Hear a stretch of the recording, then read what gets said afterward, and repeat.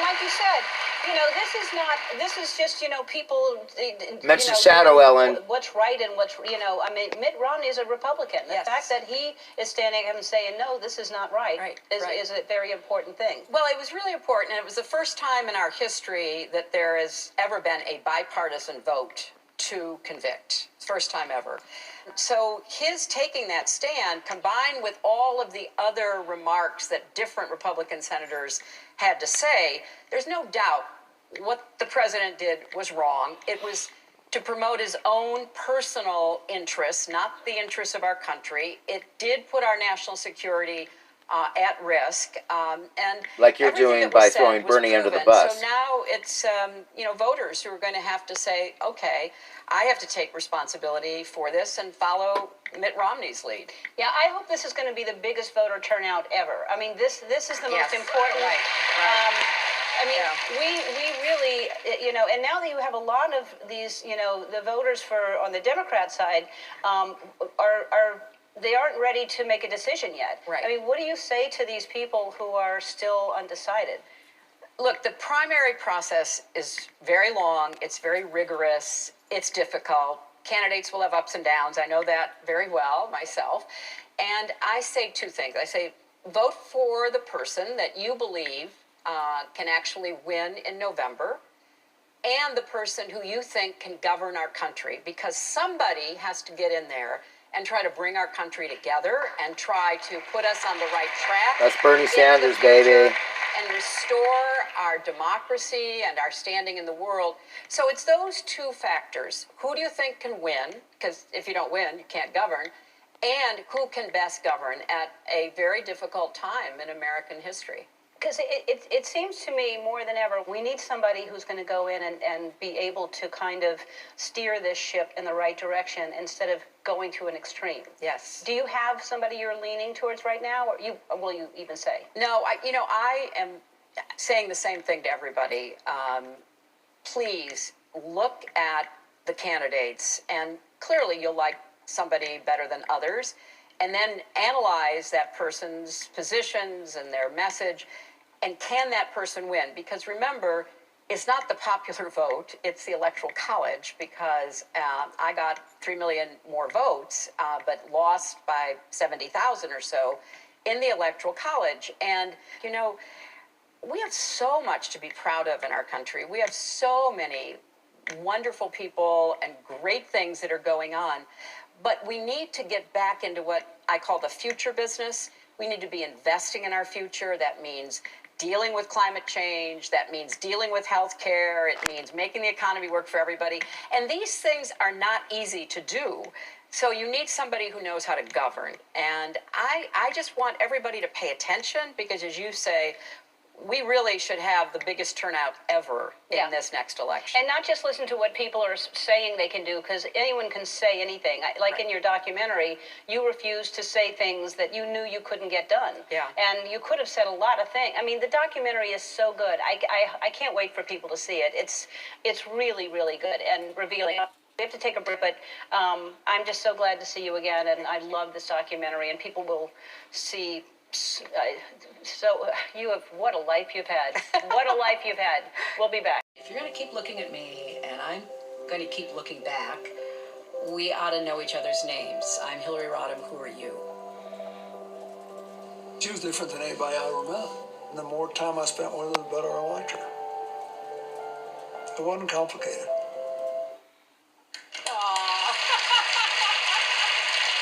We're back with Hillary Clinton.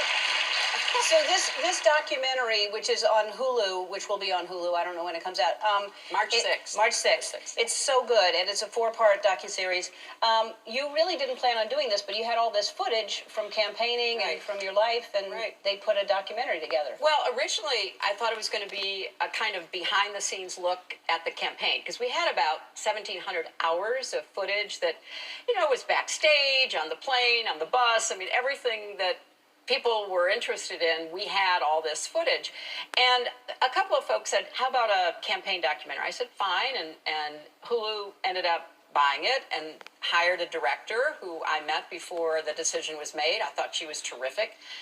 And so she came back to me. She looked at all the 1,700 hours. Then she came back to me. She goes, there's a bigger story here. And yes, it's a story about your life, but it's also a story about women's lives over the last 50 to 60 years. It's about the women's movement. It's about the American political system. And we'd like to do more than just a behind-the-scenes look. I said, okay, sounds good. I still didn't really have any idea what this would entail.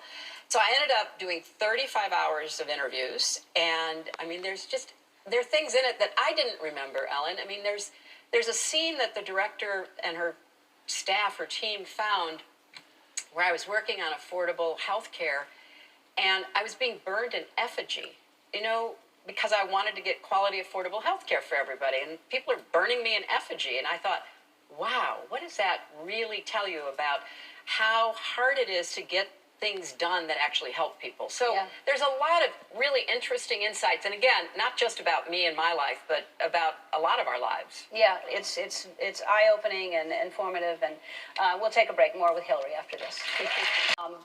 President Clinton talked about Monica Lewinsky, and because you said you can ask anything. Right. Was that really difficult for you? I mean, it must have been really tough to relive that.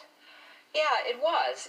Once I agreed to cooperate, the director said, well, we're going to talk about everything. And I said, okay. And yet when it actually came time, it's hard. As I said, when I was talking about the book Chelsea and I wrote, The Book of Gutsy Women, that, staying in my marriage was the gutsiest personal decision I ever made. And so for me, revisiting that, talking about it, for my husband also to agree to be in the film and then also to be asked, made it a bit difficult. There's no doubt about it. But you couldn't actually do a film about my life and not cover something that everybody knew about, because you could read about it and everybody had an opinion about. And it's fascinating because as you go through the film, some of the women who have been my friends and who have supported me personally and every other way, they talked about it. They talked about how so many women would be really upset because I chose to stay with my husband. And they would go and talk to these women. And a lot of the women would say, well, I can't support her. I don't like her because she stayed with her husband. And they would say, oh, okay, well, why is that? And people would talk. But then pretty soon they would say, well, that happened to my sister, that happened to my friend, that happened. And I always said, everybody needs to make the best decision for you and your family.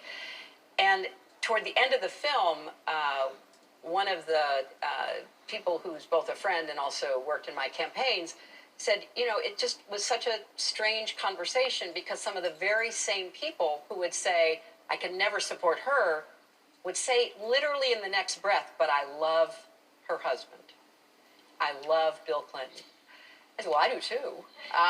But it was, it was a really emotionally draining experience to go through it again. But I have to say, once I saw the whole 4 hours of the documentary, I hope that our talking about this, my willingness to address all of this, really does help other people. I mean, there are lessons. There are lessons from my life, from our times, because people, need to, be thoughtful about the decisions they make in their own lives. And we should be kinder and more supportive to everybody who makes the best decisions that they think they can. Absolutely. It's a fascinating documentary. It's fascinating. We'll be right back. More with Hillary after this. Be petty. It can be ideological. In my case, it can be partisan. But that can't affect your core about who you are. You being a woman president, I've heard it before said about you. What if she makes a decision based on emotion? Oh my goodness. A lot of people don't even think I have any.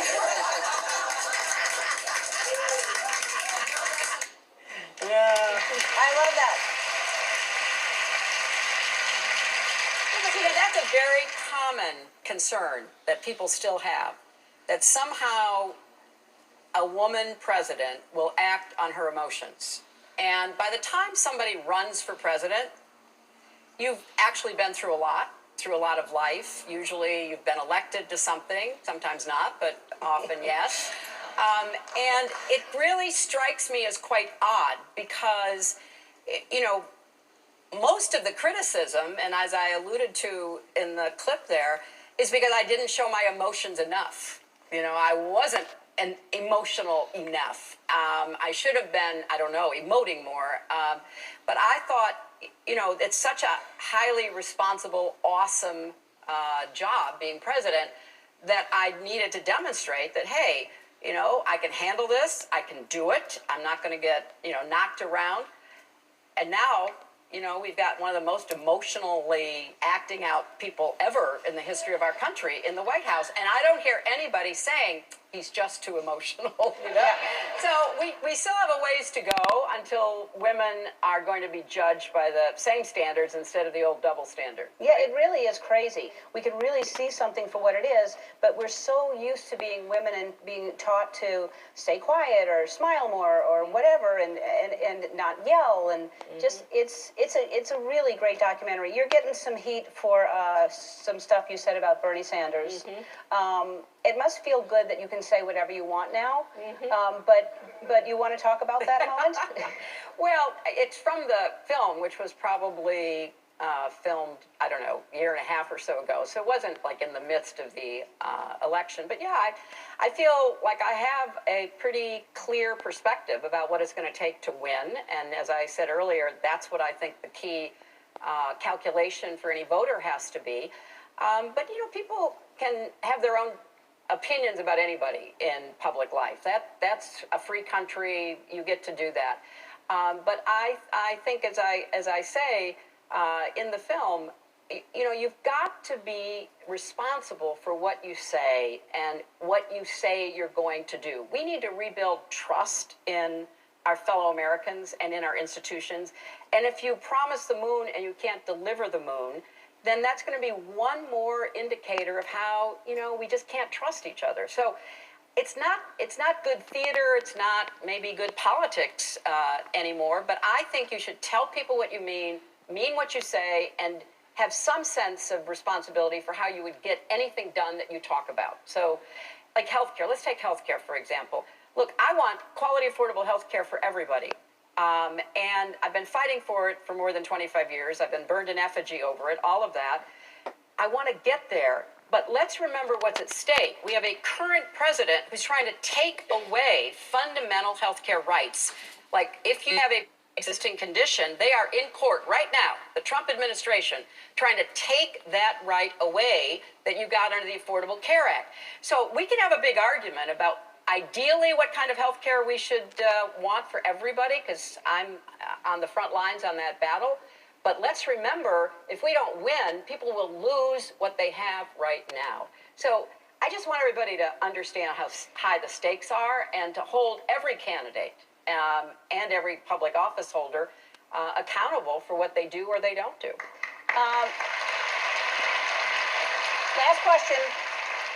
Last question. If someone asked you to be vice president, would you do it? Well, that's not going to happen, but no, probably no. You don't know that's not going to happen. I think I do, yeah. Really? I think I do. Yeah, I think I do. All right. But what if they did? Oh, well. Look, it's like when Barack Obama asked me to be Secretary of State. I was shocked. I had no idea he was going to ask me, and I turned him down twice. He said, I need, you know, look, the economy's in free fall. It's a catastrophe. I've got to focus on that. We've got problems around the world. You go focus on that. And I said, no, I'm happy where I am. You get somebody else. I'm sure there's good people around.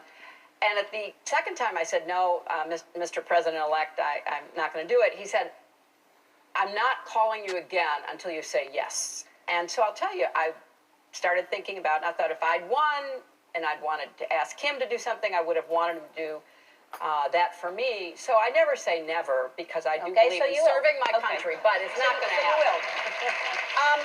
Thank you for putting me in your book of Gutsy Women.